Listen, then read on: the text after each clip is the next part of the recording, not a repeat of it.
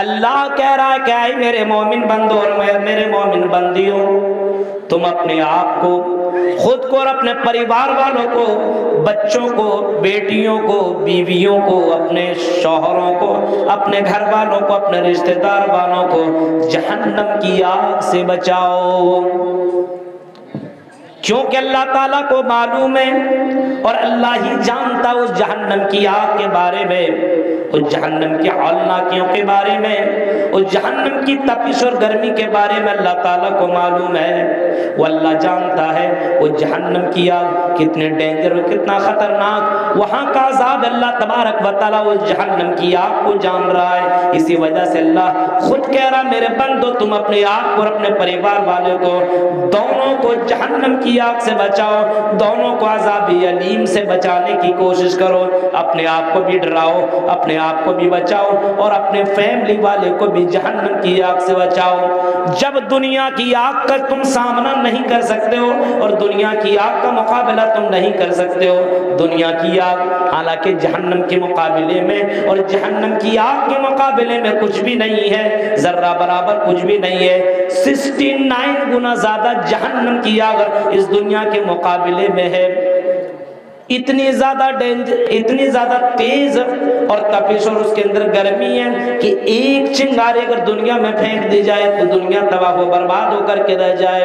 اس جہنم کے بارے میں قرآن کریم میں کئی جگہوں اور کئی مقامات کے اندر اللہ تبارک و تعالیٰ نے فرمایا اے لوگوں نارن تلظا، وہ جہنم کی آگ شعلہ مارنے والی ہے، نارن حامیہ، وہ جہنم کی آگ بھڑکنے والی آگ ہے۔ کہیں فرمایا لواحۃ للبشر، وہ جہنم کی آگ انسان کی چمڑیوں کو ادھیڑ کر کے رکھ دے گی۔ اس طریقے سے اللہ تبارک و تعالیٰ نے اس جہنم کی آگ کے بارے میں بتایا ہے۔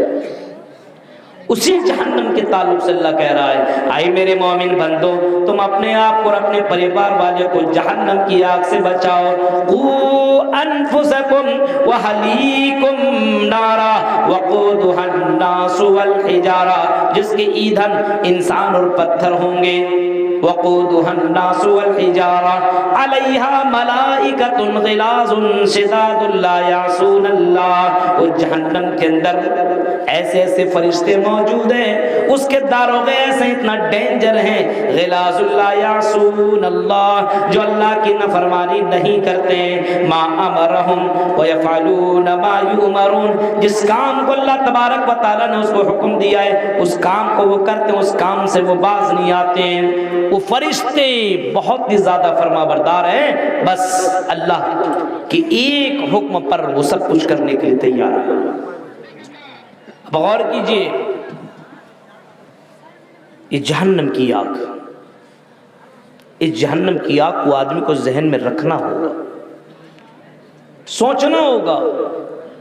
کبھی کبھی آپ جلے ہوئے انسانوں کو دیکھیے، سمجھ میں بات آئے گی کہ دنیا کی آگ انسان کو کس طریقے کے راکھ تباہ و برباد کر کے رکھ دیتی ہے۔ یہ تو آگ ہے، جلا دیتی ہے، مار دیتی ہے، ختم، تباہ و برباد۔